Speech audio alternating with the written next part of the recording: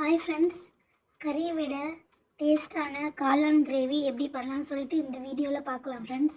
யாரெல்லாம் என்னுடைய வீடியோவை சப்ஸ்கிரைப் பண்ணாமல் பார்க்குறீங்களோ ப்ளீஸ் ஃப்ரெண்ட்ஸ் சப்ஸ்கிரைப் பண்ணிவிட்டு பாருங்கள் ஃப்ரெண்ட்ஸ். இதுக்கு அரைக்க வேண்டிய மசாலா என்னென்னு சொல்லிட்டு பார்க்கலாம் வாங்க.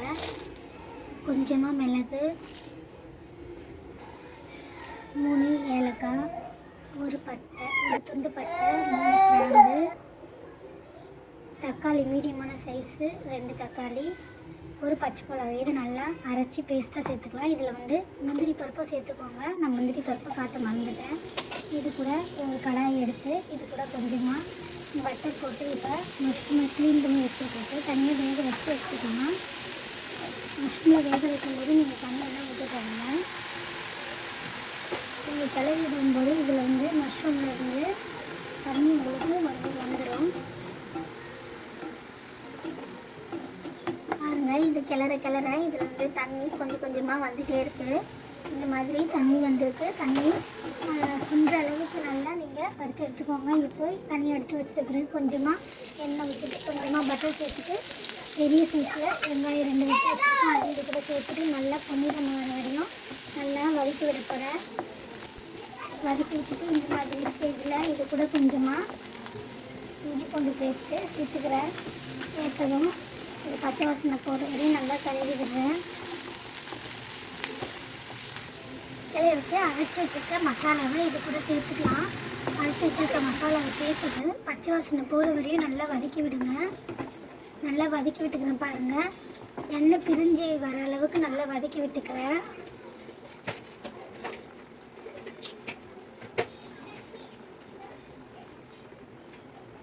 இப்போ இது கூட கொஞ்சமாக மிளகுத்தூள், 1 ஸ்பூன் கரம் மசாலா,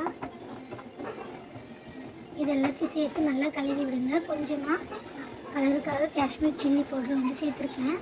தேவையான அளவு உப்பு சேர்த்துட்டு நல்லா கிளறி விடுறேன். உங்களுக்கு காரத்துக்கு ஏற்ற மாதிரி நீங்கள் காஷ்மீர் சில்லி பவுடர் சேர்த்துக்கோங்க. நான் காரம் கம்மியாக தான் சாப்பிடுவோம் எங்கள் வீட்டில். அதனால் நான் காரத்தை கம்மி பண்ணி தான் சேர்த்துருக்கேன்.